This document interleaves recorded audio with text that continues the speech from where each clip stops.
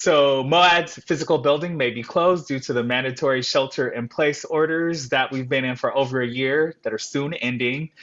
But during this time, we wanted to make sure that you could still get your fill of artists of the African diaspora.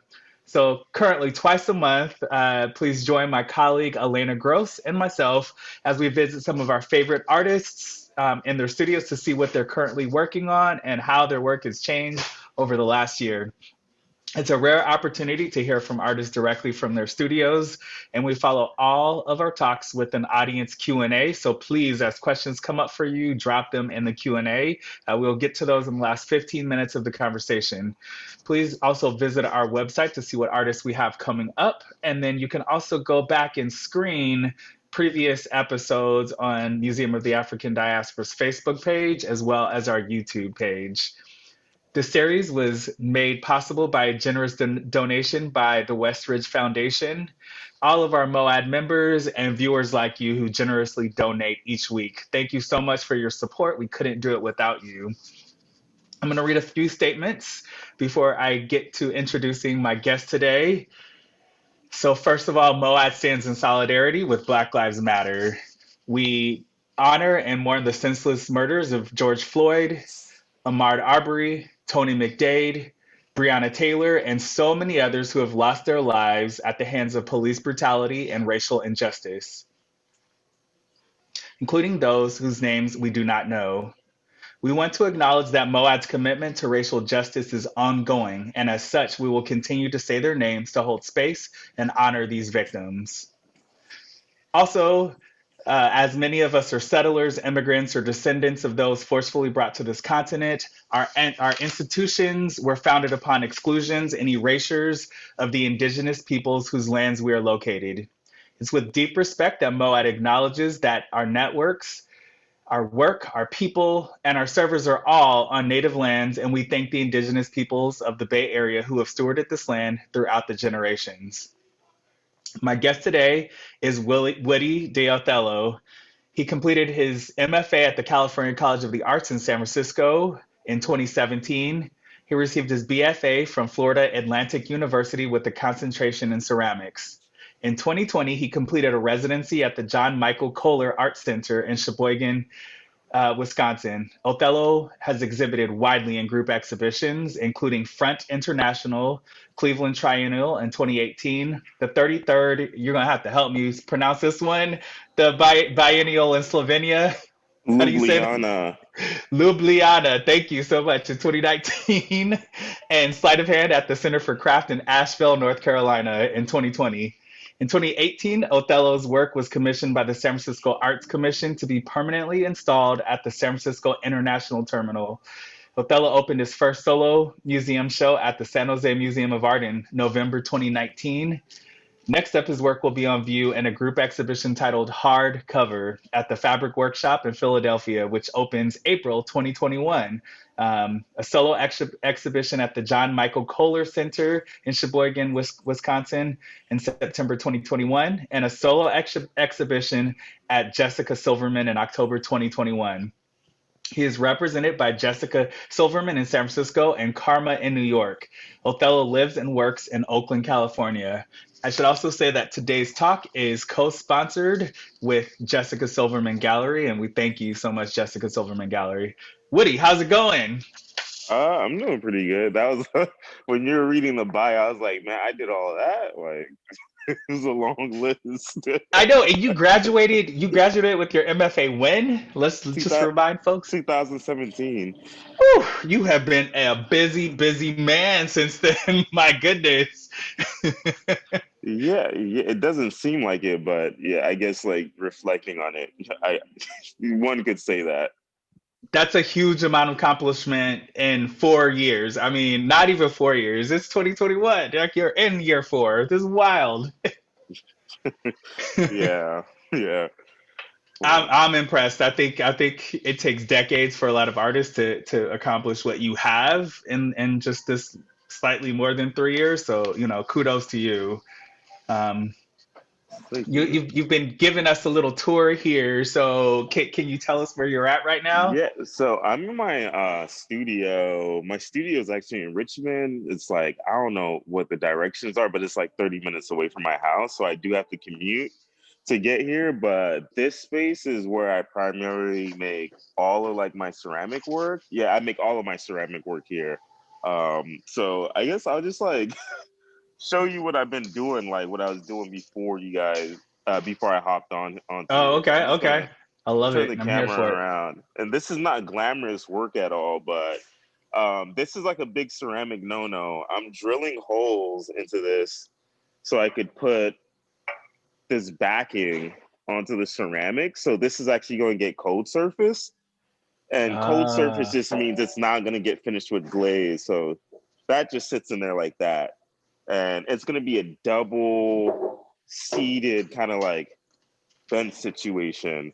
So as I make my way through the space, like I'll show you what this sculpture is about to be because I have a drawing up. But yeah, so I was like literally here with a mask on and like my little like headphones, just like drilling away with the vacuum. There's my puppy, and this is kind of like the back of the space. This is where I do like mostly non-ceramic stuff, like some wood shop fabrication, and just like painting or like just whatever is like non-ceramic happens in this back half of the space. mm. Um, so over here is just like ceramic storage, and this is just like work that is waiting to be picked up. Some of it's old. These are some broken pieces, and these are the remakes of those broken pieces. But I Wow. just have like random stuff back here. Um, and I do stretch canvases here, but I don't paint. All of the painting happens at home. I have like a little space carved out at home, but on this opposite side is just like mold making storage. So these molds came from John Michael Kohler residency I did in 2020, and it was a slip casting residency. So Mm. that's where all these molds came from, and I'm repurposing them and using them as press molds. Um, so yeah, we'll make our way through the rest of the space. So these are some more of those molds here, and I'm just gonna pop this open. Wow, you have a ton of them. Yeah, so this is like a nose, right? So instead of like always sculpting a nose, I will just press clay into here, and then I have a nose. I have some lips over here, and then I have some ears over here, just different objects. So I've just been using these to like press clay into them to kind of like help expedite the mold making or like the sculpting process. So this is some work over here. Oh, that is amazing. And Wow. this is pretty much like bisque ceramic. So it's transformed from clay to ceramic, and these are pretty much ready to be glazed. So And yeah. so are you so when you're glazing them, you're actually applying glaze because you kind of mentioned did you say a cold glazing? Or I didn't Yeah, quite so catch. I do both. So code surface, it's like some things that I need to be a little bit larger. Like Mm, I have to like piece them together. If I'm piecing them together, I'm adhering them, and I can't necessarily throw that back into the got it. kiln. Okay. So it's just like that will I fire it to a higher temperature and just piece it together and like cold surface it with like an enamel paint. Sometimes I use like regular paint, and then before I was doing a lot of like resin surfaces over the cold surface stuff, so it like mimics ceramic. It's like super shiny, but this stuff like I kind of like a more like satin, like more mellow material. It doesn't have to be super shiny. Okay. Um, Okay.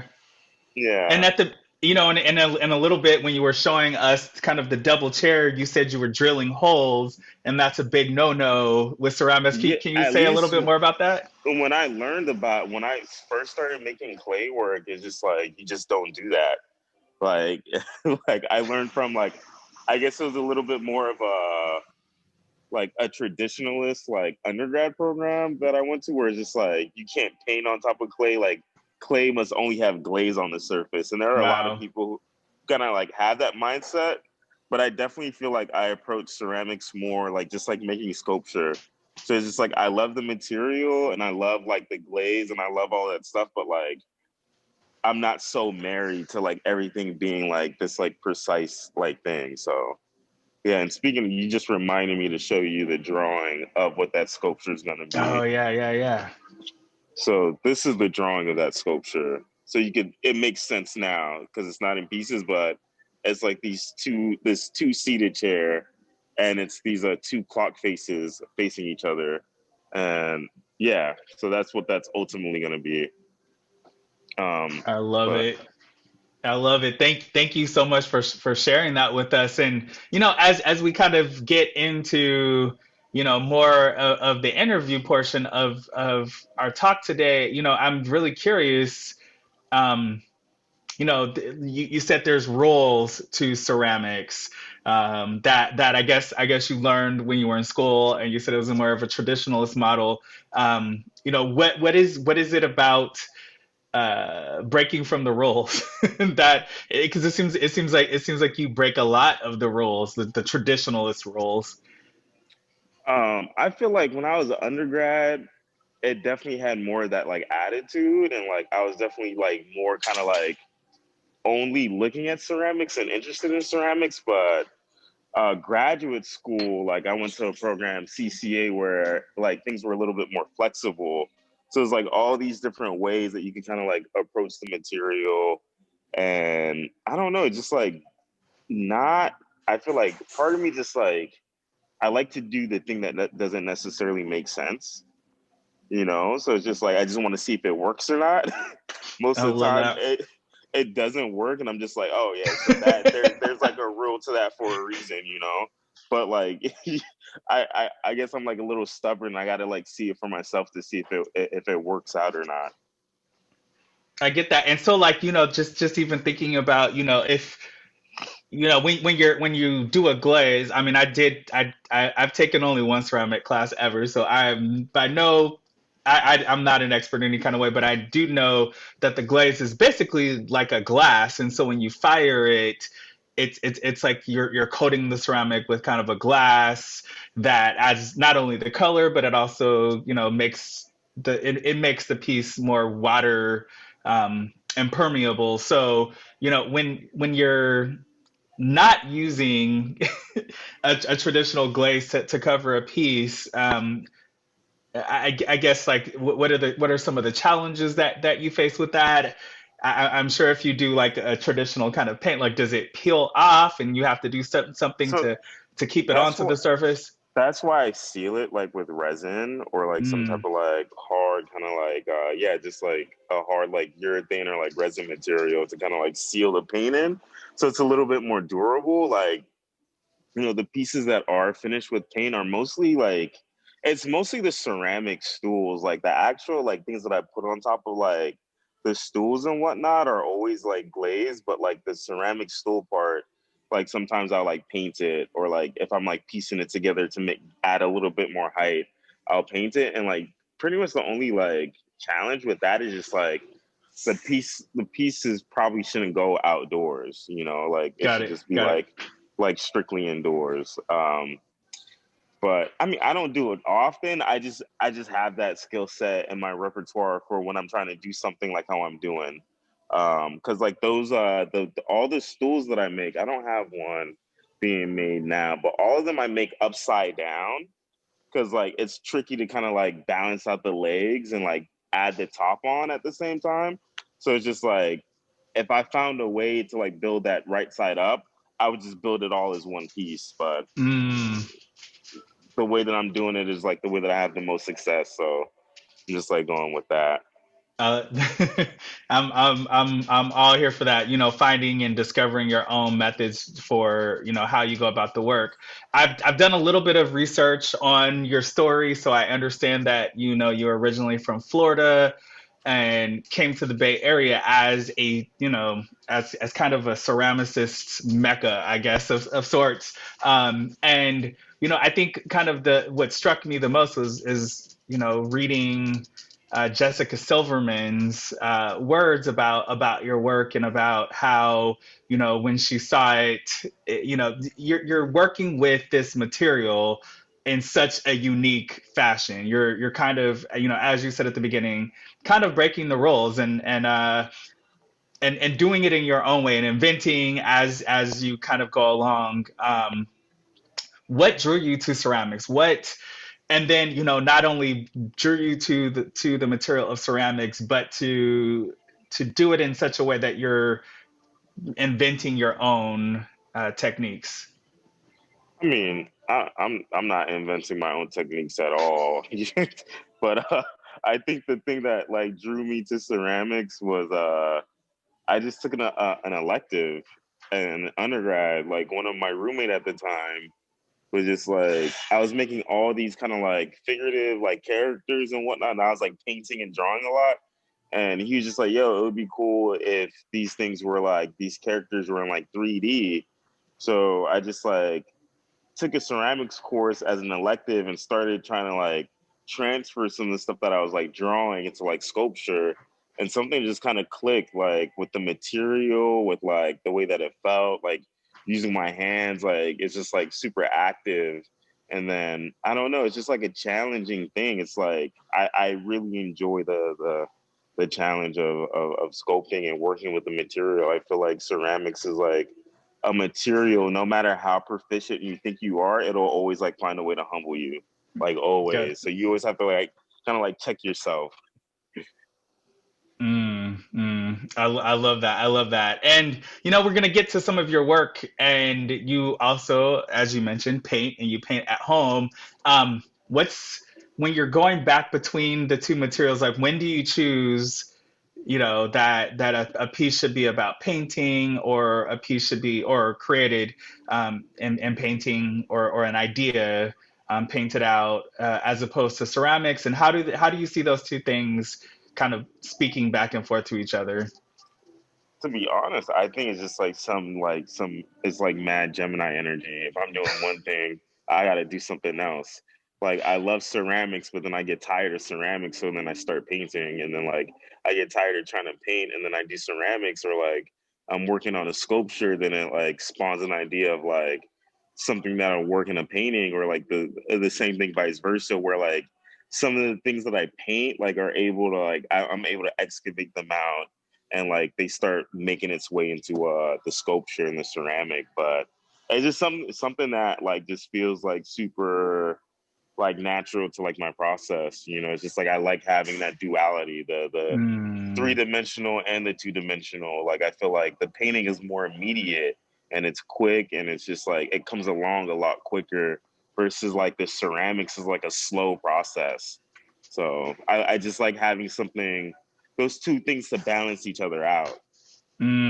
that makes sense. Okay.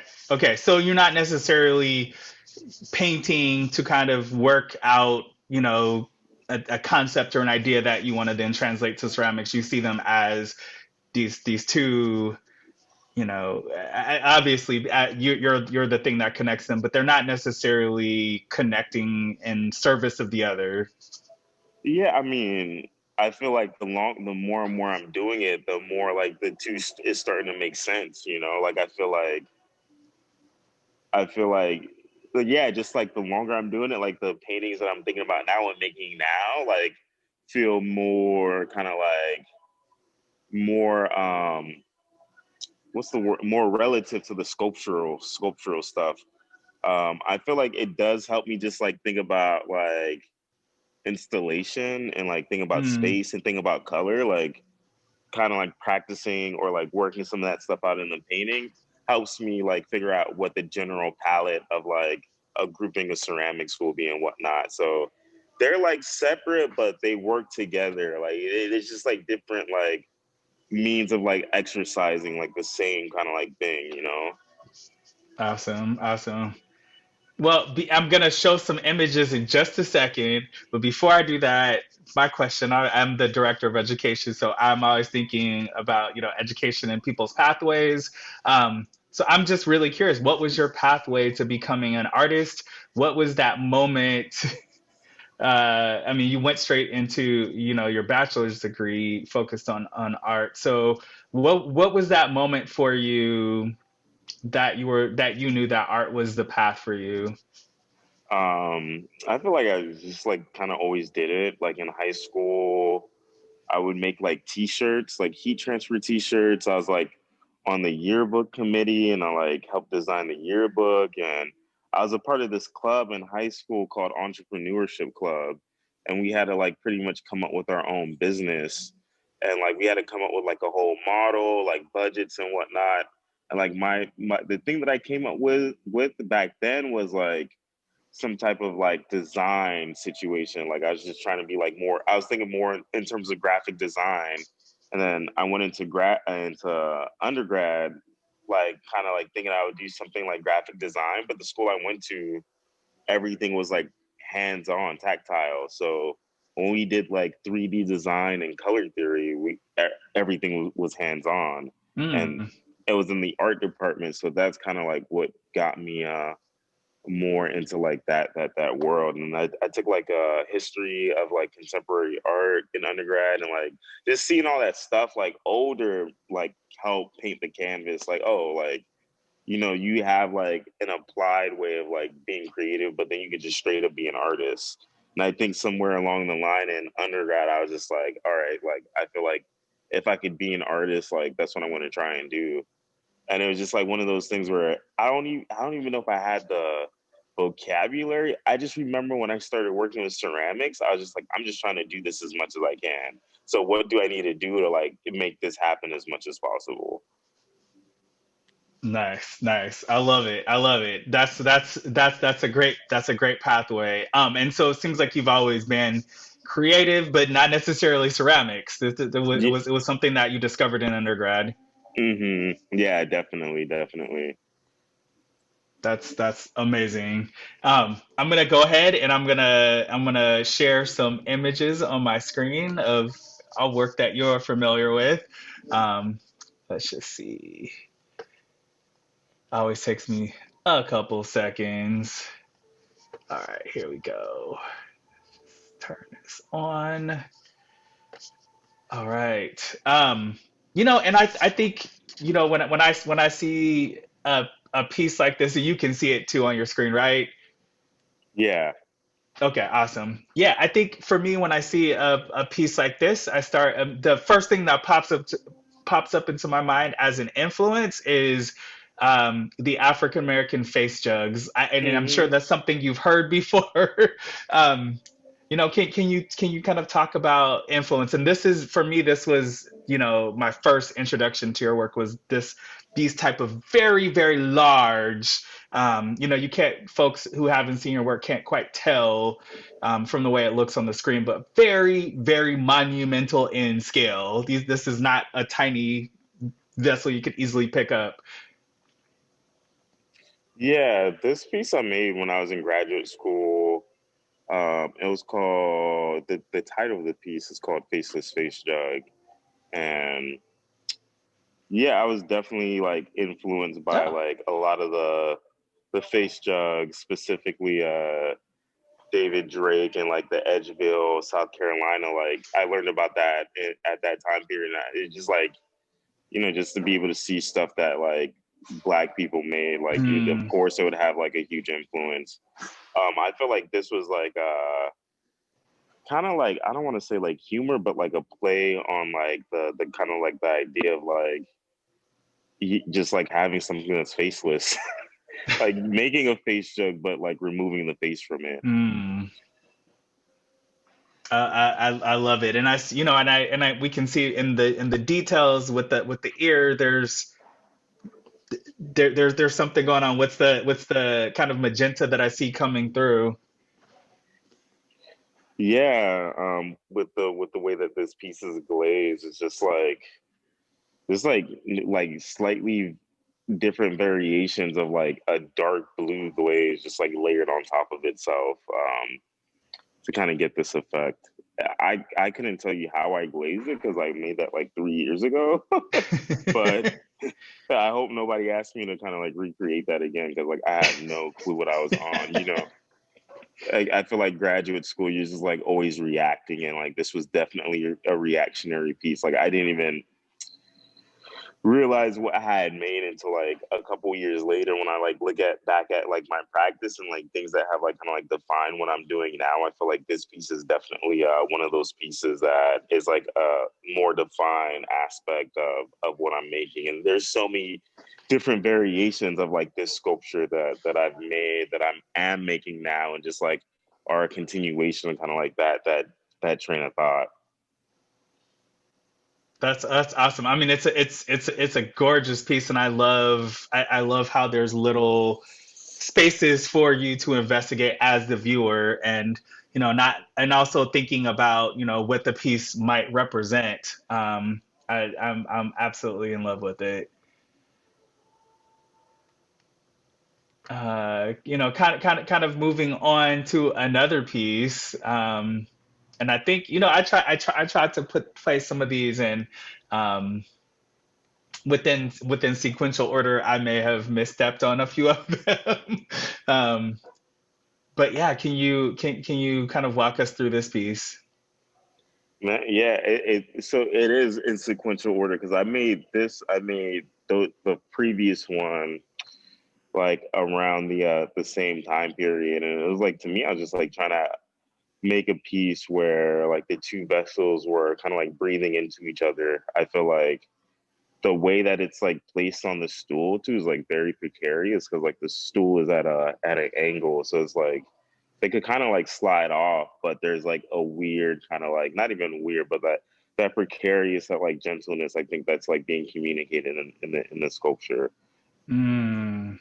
And breathing seems to be, we're definitely going to get to this, some of your themes throughout, that I think are even more boldly um, demonstrated, I guess, or a little bit more like you can in your face, I guess, and your latest work. But I noticed lots of themes in your work as I kind of looked through it. I noticed that breathing is kind of a recurring theme. I noticed certain gestures in your work, and as you even showed us, like the face. Can you talk about some of those?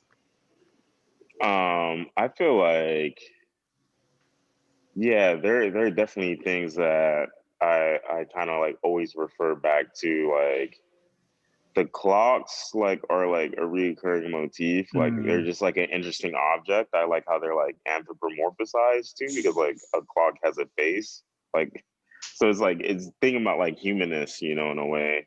And then also just like that those things are like a straight up reference to like memento mori, like mortality. Like it's just like we all have a limited amount of time. I feel like a lot of mm. people look at them and they see like the bright colors and they're kind of like anthropomorphic and playful. It's just like for me, I feel like it's just about like kind of like changing the way that you normally like interact with the thing, like kind of like remixing it a little bit.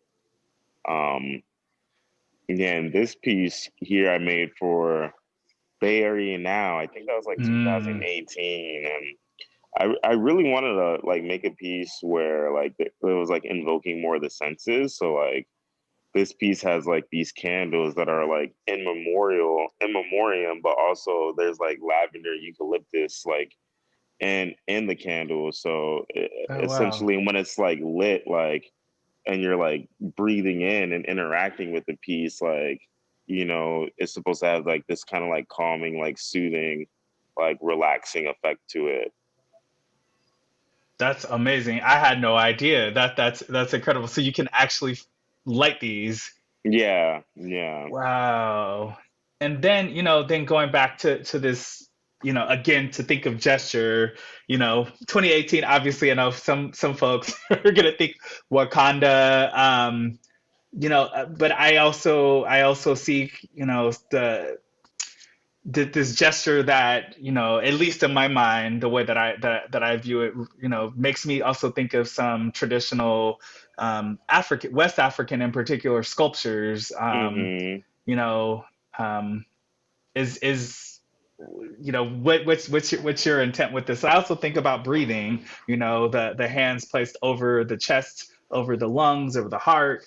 Um, Yeah, is I feel like before, like I was like referencing like pre-colonial objects because like I don't know, I was like gravitated towards them, and I just like really liked them as like objects. But like I realized like part of me like kind of like looking at these things and making stuff in conjunction with them. So it's just like I'm referencing them, and I'm like making a version of them that's like I guess like I guess it's like kind of like a copy, but like my own interpretation of it. And I feel hmm. like I don't know. I think I'm like just like fascinated with those objects because like it's like looking at and thinking about like black people and the stuff that they made before colonization.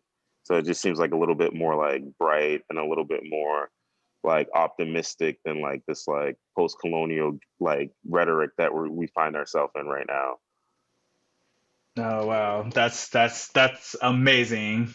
I love that I love that thought of imagining the pre-colonial and kind of being separate from the current dialogue that's been going on.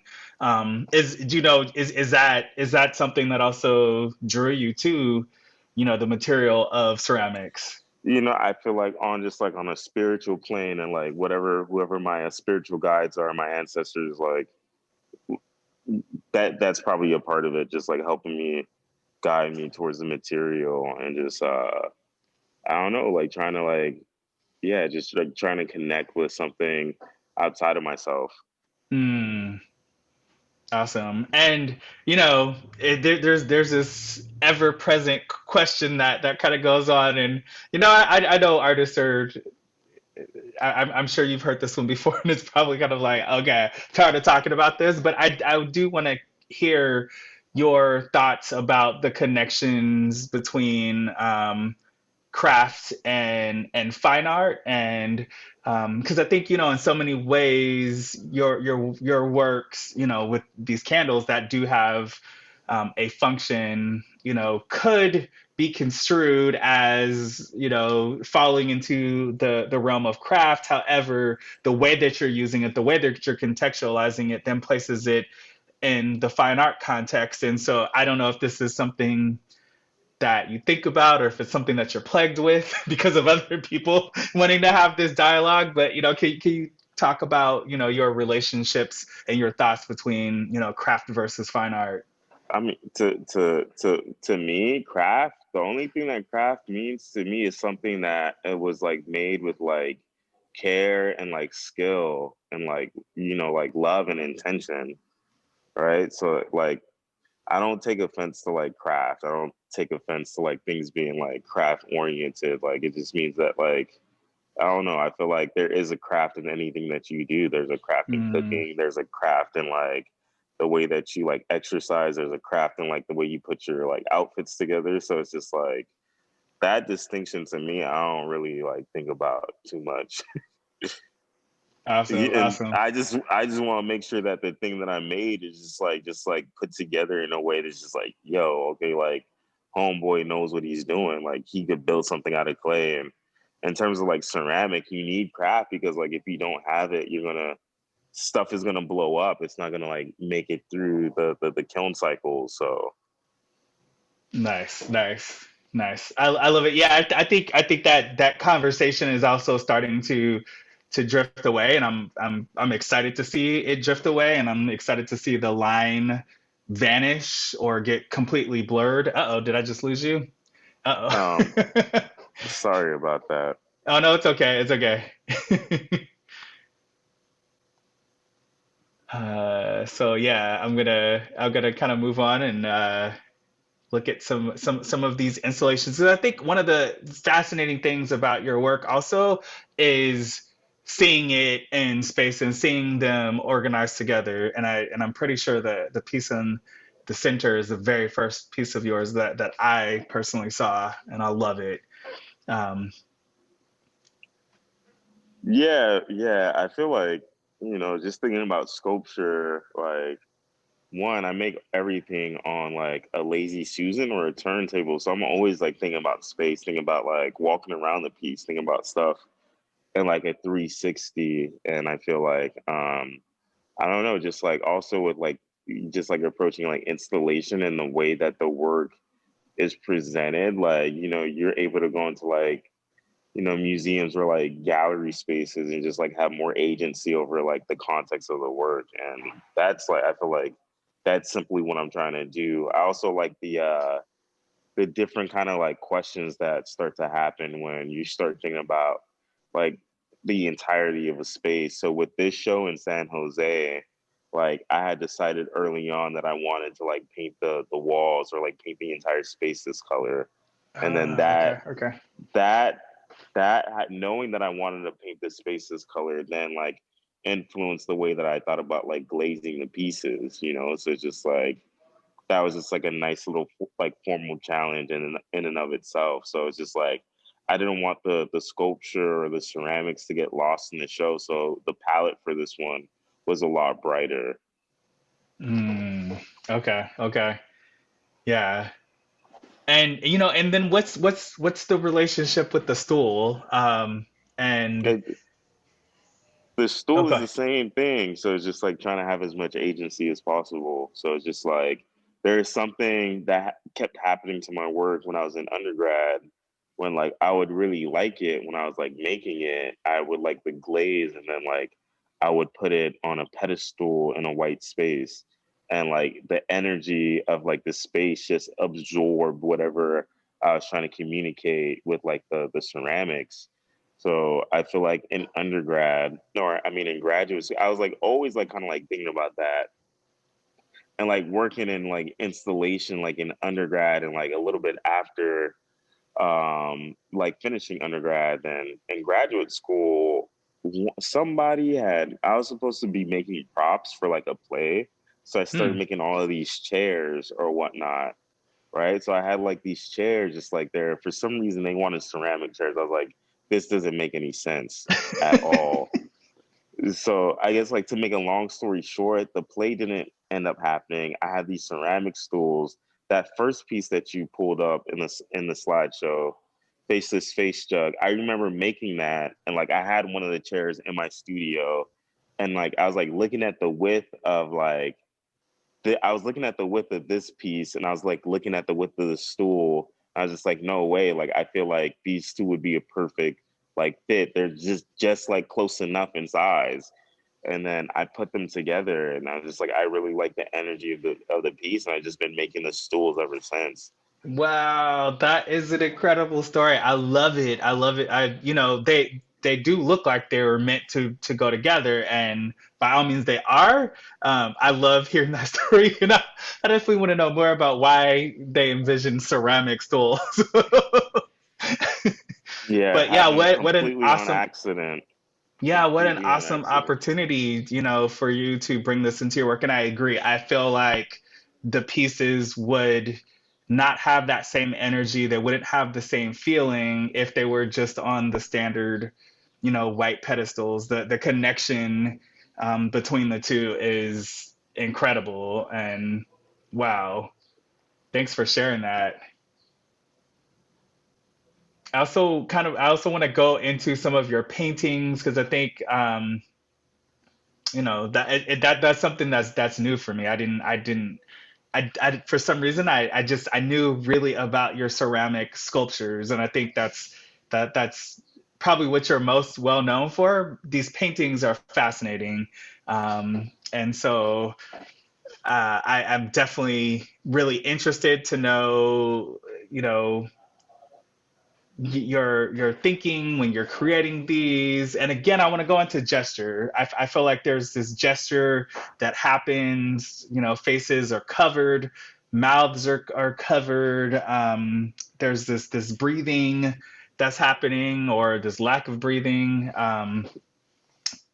You know, what's the influence behind these?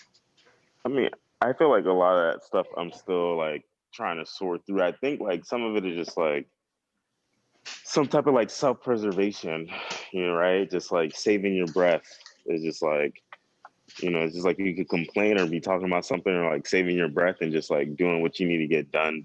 So I think like there's a lot of that energy in the work. It's also like some like type of like hiding at the same time too. Mm. Just like kind of like shielding or kind of like, you know, kind of like trying to like protect yourself. Um, yeah, I think the right now that's what those things kind of like mean to me. At least like the hands over the face, like the figures are just like trying to like look out for themselves, protect themselves. This piece I made like for this is like 2018 probably. I Mm. think that the title of it was like Speaking No Evil, and this is just like a church scene. This is just like that's what that is to me. I love it. Yeah, I can definitely see the church views. And then, maybe I'm not in the same time period with this one, and that's what I said. I may be kind of like jumping around a little bit, but with a piece like this, that's a little less obviously figurative. That I see a direct connection with the sculptures in this piece. Um, and Yeah, I oh, go think ahead. so. So like the more and more that I'm like making the paintings, more and more the kind of like picture plane is falling apart, and it's in a way where it's just like you could make out what's going on, but it's a little bit more camouflage, and I think that's what's going on in the ceramic. So I feel like I'm now just like starting to hit that plane, and it doesn't happen every time. Like, you know, sometimes things are. I still like how like some of the pieces could be just like really straightforward, but I like how ambiguous some of it could be, and like this thing right here, I remember making this stuff and just like I was like reading something, some philosopher. Um, I'm sorry, there's a lot of noise going on. I was reading something, and they were just like talking about like transparency and opacity, and I kind Mm. of like that in terms of like just like a visual vocabulary. And then this one, this one is pretty much a shadow supporting the figure. So the figure is like going up this ladder, like changing the light bulb, changing the scenery, and there's like a shadow figure holding the ladder up, and but there's Hmm. like a collapsing between the two. Yeah, and you have these symbols. Like I definitely have seen the ladder, reoccur a few times. And is this? I know our artists don't necessarily would just like give it a this represents this for me, but what is it? What is it about some of these motifs or some of these specific objects that kind of go over and over again: the stool, the ladder, the light bulbs, the shadows, and then as well as the gestures. Are you still in the process of constructing a visual language, or has it been constructed and this is for Woody's Woody's knowledge, and you don't want to give it I away? It's not. I don't want to give it away. It's not that. I think it's just like metaphors. You know, like I'm attracted to these things. I like what they kind of like stand for. I like the different, like how straightforward they are, but like then how much you can start to like unpack it. Right. Like let's say like a ladder, for instance. Like I don't know, a ladder, like you use it to reach new heights. You use it to reach things that you don't have access to, Hmm. right? You know, that's like something very straightforward. Like, I need this ladder to kind of like change this light bulb, right? But like, what happens when you make that more like metaphorical? Like, when you're trying to like reach, I don't know, a goal or like reach something. I like like, how open the objects can be, and then like I just like how they look too. Like they just they're just like interesting objects to look at, you know. Like I feel like the doorknobs and whatnot have doorknobs and doors have always been like fascinating to me, like in terms of like being able to like change your space, change your scenery. You know, you could be having a hard time in a room, or you could be having a hard time at your job. You walk out the door to get some fresh air. So I kind of like, you know, those kind of like thoughts about like some of the things, and like the doorknobs or like the little latches like are all signifiers about like towards that.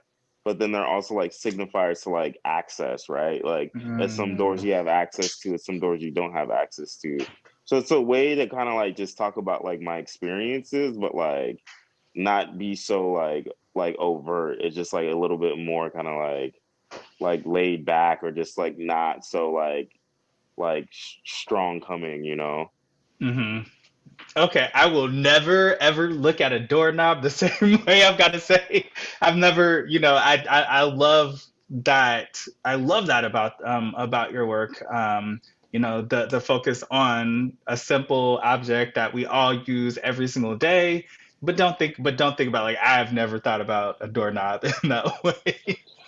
I I feel absolutely like love it. the doorknob too is just like a different thing now with like the COVID too, because it's just like, yo, who Uh, touched this before me? Like, I'm about to put my bare hand on this. So it's just like, I like how it's like, because they're relevant. So it's just like throughout time, I'm pretty sure my association is going to continue to change and like develop with them. That's amazing. That's incredible. Thank you so much for sharing. I'm gonna jump over to my favorite piece if I could be so bold as to say that this is my favorite piece. And I'm totally obsessed with it. Not only because this is again, I had to do the image that showed um, the person in it just because of the monumental scale of this fan that's towering above the figure. I had looked at some of the other images and I was like, you can't tell the scale in this way. Like the folks have to see how gigantic this is.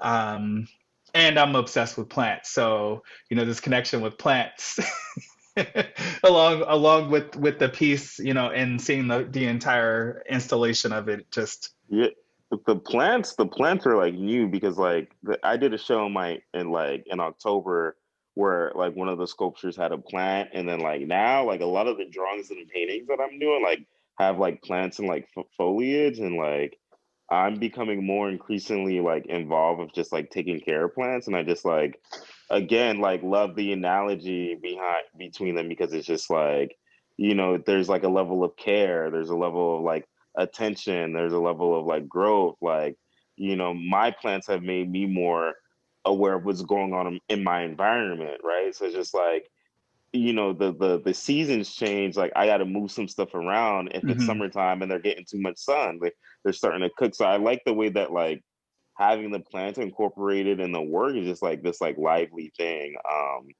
So I'm excited to kind of like explore that a little bit more. And like, being in the Bay Area, it's like springtime now, and it's just like Mhm. super gorgeous, like seeing all the foliage and whatnot. So I like how like just like that stuff is finding its way into the work. And yeah, this piece is just like going back to like these analogies and whatnot. I feel like there are a group of objects like AC vents, air purifiers, like windows when they're open, like all these ways for like our homes to like or our interior spaces to like circulate air, like Mhm. pass through air. And then like just thinking about like, or like these spaces, like just thinking about them in an anthropomorphic sense, like it's a way for like these spaces kind of like breathe and like recycle air. So that's like what these like objects kind of like mean to me, or like are referencing to me. I feel like one like so this was like I remember when the gallery approached me about applying for this show. I like thought to myself to like make like a big yellow fan. I don't know why that was like so strong, but I remember when we installed this piece, like I was like having a panic attack because I was looking at everything around me. I was like, everything looks like art, and then I made a big old yellow fan, a big old yellow school bus fan. So I was like freaking out a little bit, but apparently like this thing like went over pretty well. So I'm excited yeah, people were like open and just like excited about this piece. I mean, yeah, I think also just, all of the references to air, plants giving us oxygen, the fan obviously recirculating it, the vent, um, it immediately conjures to me, that I can't breathe. And so, especially within the context, um, is this a context that or a reference that you make yourself, You around see, some of these pieces, or is it again where it like starts to change because of what's happening? I feel like that read on the work is very specific to the type of bodies that you navigate, right? Because like in my Yeah. body, Hmm. when I'm talking about breath, talking about being alive and whatnot, what you said, that's what I hold near and dear to my heart, right? Like, and those, like, a lot of the times, like making stuff, that's my way of like coping with what's going on. It's just like I want to explore like happiness, but there's also like a lot of pain going on. And I feel like I love like just like the ambiguity of the objects, right? Because like for you to make that and now come up to that by yourself, I feel like is more labor than like if it were just like presented in front of you. And if Yes. you Yeah. don't come away with it, that's just like what that is. But like for me, that's definitely like one of the access points to the work. Nice. Nice. I love that. I love that. So what you're saying is kind of you allow the viewer's own personal experiences to shape the meaning behind the piece and the experience. Dude, that's what all art is. No Yeah. matter Yeah. what our Yeah. intention is, but I kind of like to leave things more open. I love leaving stuff more open where it's just like I don't want to direct nobody nowhere. I don't want to like direct people how to like think about it. So it's just like I like leaving it open for people to come up with their own conclusions. Mm, I love it. I love it. Awesome.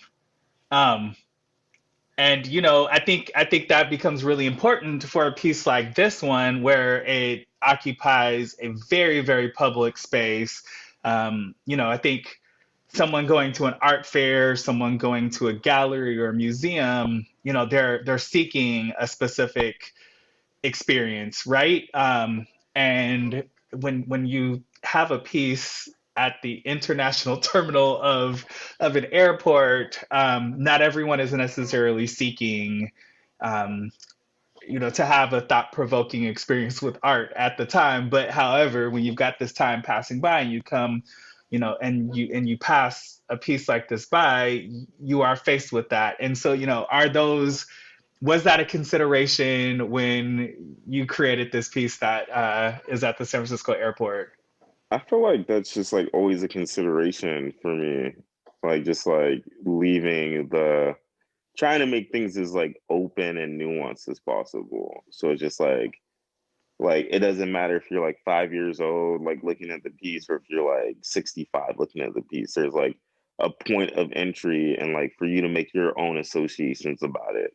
So it's just like that Mm-hmm. that's the thing that I love about just like working with like everyday objects and then like combining them with like different aspects of like the human body or the figure. Nice, nice, nice. Do you know what some of the reactions have been, to seeing this piece? Because I think it occupies this place of like it. On one hand, it's very beautiful, and on another hand, there's with the twisted figures, it's got some elements of repulsion kind of going on. You start to break down, what this gigantic ear, these arms, and that are kind of coming out of these body parts and tea kettle parts or something, or a candle. So Yeah, I'm not too sure what the reaction of them are, because like I actually have not seen this piece after like I was there for installation, and it's just like it's okay, at a part of the airport that like I'm not traveling international these days, so yet. yeah. I don't know what the reaction to it is, but like I feel like both can exist and both do exist, right? Like beauty and the abject or like humor and pain, and I feel like my work kind of like especially the humor and pain part, because like I feel Mm, like there is a lot of humor and there is a lot of things that you can kind of like have like this kind of like almost like trivial kind of like vibe to it, but when you look at the characteristics, like think about like the fan, for instance, like it's kind of like coming apart, it's like deflated, it just like looks exhausted, so it's just like the humor from the color and the shape of it get like neutralized by like the actual like posture of the piece. So I feel like that's just like a plane that I kind of like. I don't. know how I've gotten to that place, but that just seems like the energy of what I'm doing in the work. So Wow. Wow. I love that. And yeah, thank you for also sharing that duality. That's something that I think I really appreciate about your work, especially is just being able to see again the duality of them. And I kind of feel like I need to flip back to that piece again, so folks can kind of see that, yeah, it is this very bright, cheerful object, but it's also kind of used and coming apart at the same time.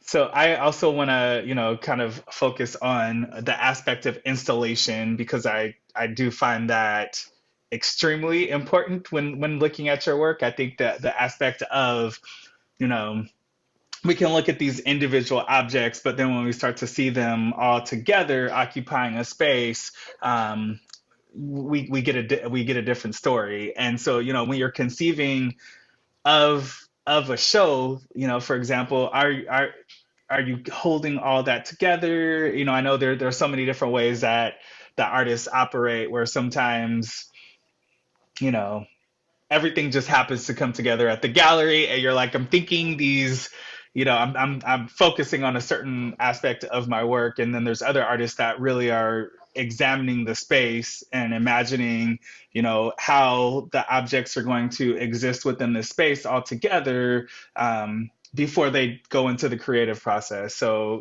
what is it for you? I feel like most of the time I like to have photos of the space just to see what I'm like able to do, or like see like what the space could really hold. And then like a lot of the times I come up with the title of what the show is pretty early on, and then that kind of like acts as like my thesis statement. So I'm able to like direct like all the energy toward of the works towards like a general theme. Like this, the name of this show was To Live in Hope.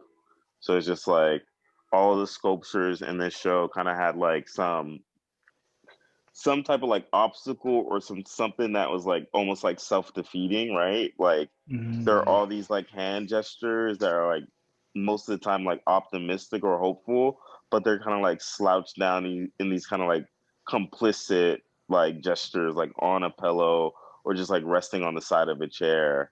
And just like yeah, I think like that was just like the general vibe of that of this show in particular. Is just like even though like these like gestures are like the praying hands is just kind of like kicking back, relaxing, like there's still like I guess like a type of like active like approach towards it, or just like some type of even though I'm like resting here, I'm still about to do this work.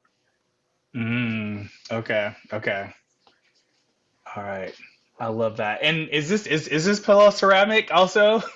No, the pillow's not ceramic. Oh wow, wow. I kind of can't tell from this angle. Yeah, I love that. That's a really different way of thinking about it, of conceptualizing the entire piece, thinking about the space, coming up with the title first, and then kind of taking that as your starting point for the creation of the work.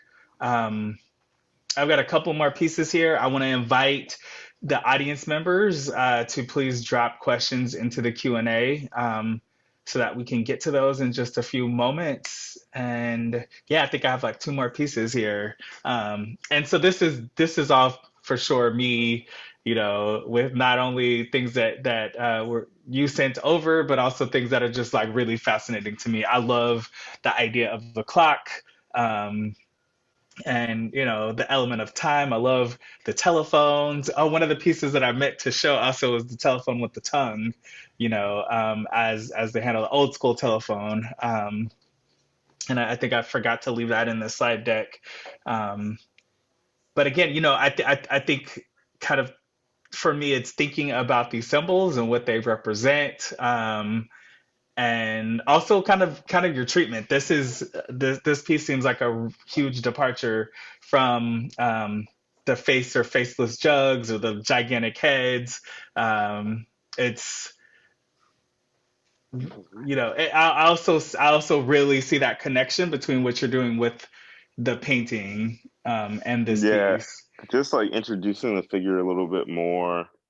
Um, yeah, like I feel like definitely like the painting has probably like influenced like this kind of like reemergence of like the figure being so like apparent in my work. And I feel like just like looking at stuff too, like I love like figurative painting like a lot. Like I feel like that's like probably like the main art that I look at. And then I don't know, I like really love how like Charles White renders his Mm, hands. You know, I'm like nowhere near that level, but like there's something about like the communication that happens with like different gestures, right? If things are like clenched or like more relaxed, it's like different things being communicated, different like types of like emotional states being communicated. Um, and like the phones is like another one of those reoccurring motifs. And like to be honest, that stuff is just about like communication. Like it's a very like straightforward type of like metaphor. It's about communication. It's about speaking up, and it's also about like feeling heard and like having that space. And that's where the ears kind of come into play too. At least that's like mm.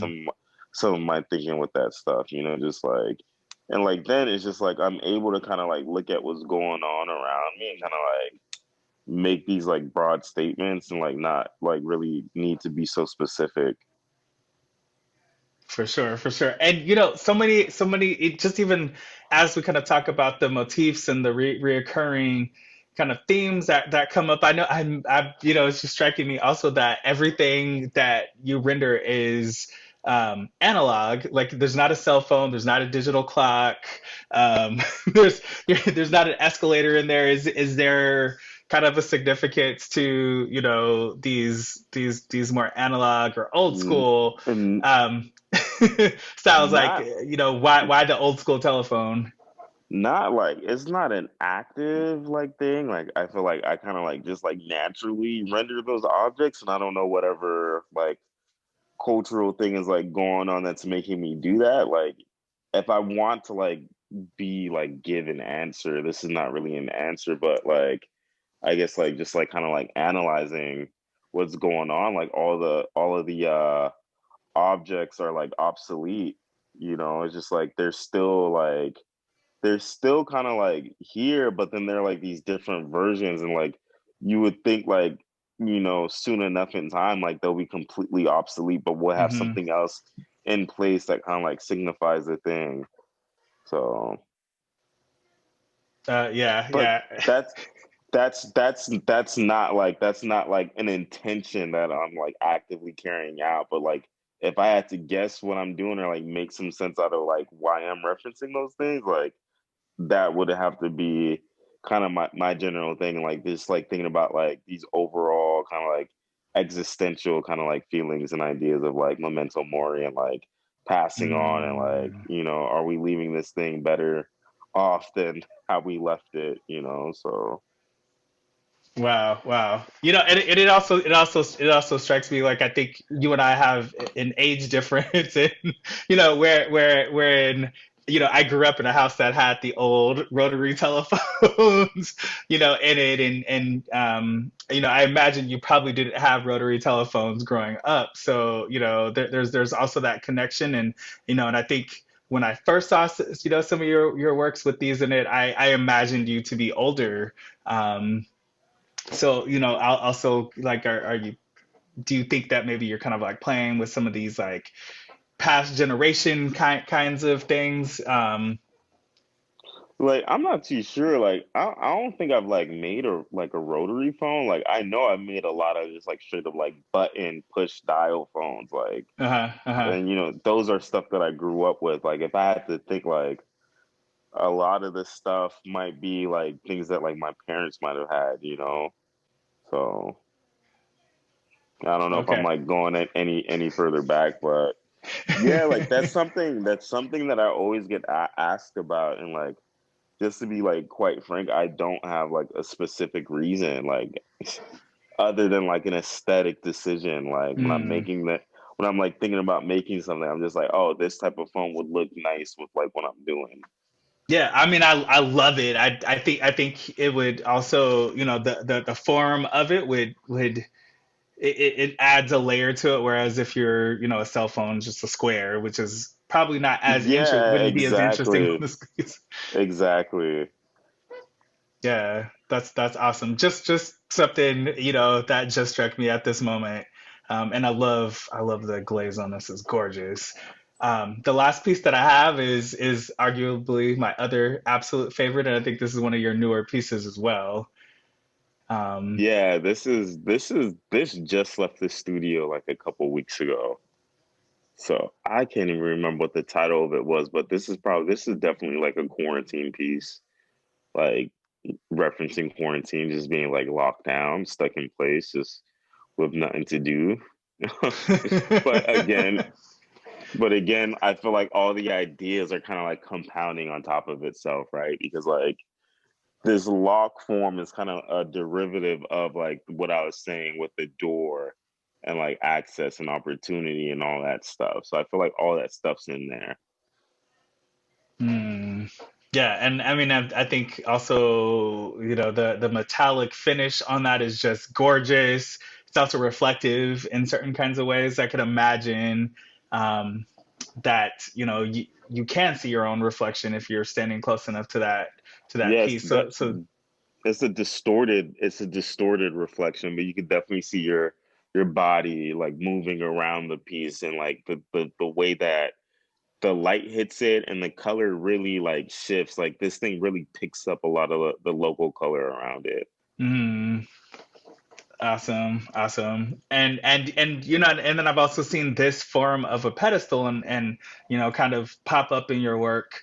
Um, every once in a while. It's this kind of like tiled pedestal, and so what's the decision with making that, or is that part of a larger series? And so I feel like to like also to be like super honest, I feel like I was making the stool so I wouldn't need to like put stuff on a pedestal.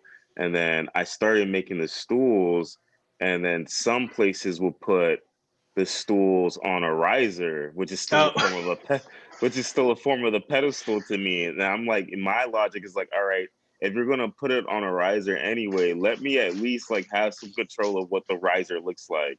And like, the tiled like riser thing is just like if I'm like thinking about like a full installation space where like the entire floor is like tiled and like all these objects mm, are just like sitting on like a tiled floor. So that's kind of like my logic with that. It's like one of it is just like some practical solutions. Like I don't want my stuff on like a white riser. So like let me at least send it with like a riser. So it's just like everything, like if you're gonna put it on it, like I have as much control as possible if it's a one-off piece. So that's what my logic is with that. I mean, I love it. I think it adds a lot of visual interest to the piece, and I've definitely seen the blues connect with each other. And yep, practical. Why not? Why not? It's also like you sending a message to the spaces of like, no, I want my work presented the way I want it presented. So you're taking that control over it. Um, which kind of like, if I want to take it even further, thinking about the metaphor of the doors or the locks, in a lot of ways this is you know taking whatever obstacles are in the way. You're taking it away for yourself in advance of someone else being able to place it there. Yeah, totally, definitely. That is definitely the vibe. It's just like before it leaves the studio, let me try and have as much control as possible. I'm so here for it. I love it. I support it 100%. Kind of, and as we get into our last few minutes here, can you tell us what's next for you? Where can folks see your work, and when? I know that I said one of the shows is opening this month. Is that the one that you just I sent think it, work I off think to? it, yeah, I think it opens on Friday. I'm pretty sure it opens on Friday at the Fabric Workshop Museum in Philadelphia. The name of the show is called Hardcover, and yeah, I'm excited to have contributed work into the show. And like right now, to be honest, like my main thing is just like trying to make sculpture. Like I feel like I'm trying to get as much creative energy out as I can. So it's just like I have stuff coming up, but like I'm just like really just trying to make as much like while I feel like this like kind of like inspired and whatnot or like this active. I'm trying to like just like make as much stuff as I can while I have the energy to do so. Hmm. I hear that. I hear that. And yeah, where can folks find out? Where's the best place for folks to find out Mm, how and when and where to see your work? like probably through Jessica's website, jessicasilverman.com. Like sometimes Mhm. I post stuff on Instagram, like I post like more studio stuff, but I'm not the best at like broadcasting shows and whatnot. But if you want some like in progress stuff, or like dog updates and social media. Okay, okay. Um, oh yeah, we did. So I'm sorry for folks that there was a couple of questions that I definitely want to circle back to. I didn't see them until now. So Kitsan is asking, is the air vent on the wall part of the piece? So in a couple of the installation shots, there was the air vent.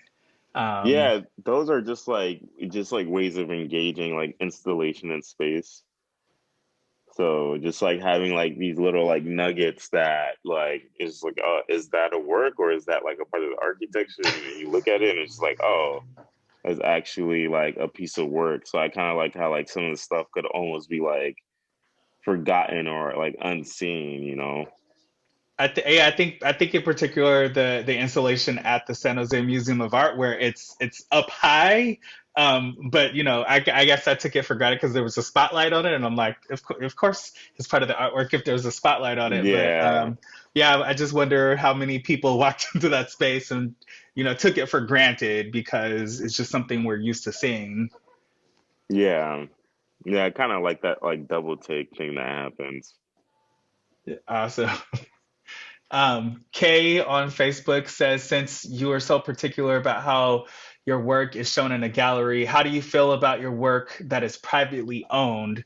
Um, do you suggest to the owners how it should be presented, or do you just let it go when a piece is taken home by someone? I think that's a common question that we get a lot about artists and like, once it leaves your possession. I feel like I just kind of like I have more of the approach of like just letting it go. I feel like I every once in a while or like it happens more regularly where I get like an update of like the work in space and I'm just like happy that somebody feels happy owning it, like I'm like I like to support I like to have like art in my home too, so I know what it does Mm, for me. So it's just like to wake up and like live with something that has like this like life and this story that has like went into it is just like kind of like a good feeling. So most of the time I'm just like if it's in somebody's like private collection, like as long as they're enjoying it, like I'm not like really particular about location or how it's like viewed. I would suggest like rotating this stuff every couple of months because like I do make things in the round. So it's just like you get mm. like multiple different versions of the sculpture if you like kind of like rotate it. I like that. Yeah, and I think that's something that um, your work lends it to because also you're not in your face about what the messaging is behind it. So I think that's something that I definitely see where some artists are like, no, this piece must be owned by someone who looks like me, for example, or it must be in a public space. So I like that. Just like you're nonchalant about about it. You're like, just enjoy Yeah, I feel like I'm very California in that way where it's just like it. it's good weather, let's go outside. For It's just sure, for very kind of sure. like airy and like spacey. Awesome, awesome. And yeah, so I guess kind of like as a final question, how obviously you came to California to for school, but now you have decided to stay here. Has in particular the Bay Area, not just anywhere in California. Is your work being shaped by being here in a way that's different than if you were, to go back to Florida? I think so. I think so. I feel like I was definitely like way more apolitical in South Florida. Like moving to the Bay Area, I've definitely I've added a lot more to my vocabulary. I think that's a good way to Mm, put it. So, yeah, I think being out here has definitely like shaped the work, and I think like one of the things I'm most excited about is being out here, is just like getting like connected with like nature, because like South Florida, I never really went to the beach or doing any of that stuff, but I really love like hiking and going on like trail runs and like just like hanging out outside. And I think like that overall kind of like connection to like my body and like my breath like outdoors is like that energy is being like transferred into the work. mm, mm. I love it. I love it. That's awesome. And that's kind of I think a really great way for us to end it is that breath, that getting in touch with your body. This has been an awesome conversation. I'm really excited to get a chance to meet you and to find out more about your work. And I can't wait to see it in real life. I'll be looking at Jessica Silverman's website to see when that show later on in the year at her gallery is coming up. And this has been great. Thank you so much, Woody. Thank you. All right, you have a great day. And for everyone else, please check Moad's website and our calendar to find out about upcoming programs. And as a reminder, this conversation will be available if you joined us late, or if you want to share it out. It will be available on Moad's Facebook group as soon as this conversation ends. And then by the end of the week, it'll be on our YouTube channel. You can also subscribe to those to find out whenever new conversations are posted. All right, everyone, have a wonderful day, and we'll see you next time. Take care, Woody. Alrighty. Bye. All right, take care. Have a good one, and I can't wait to meet you in real life. All right. All right, take care.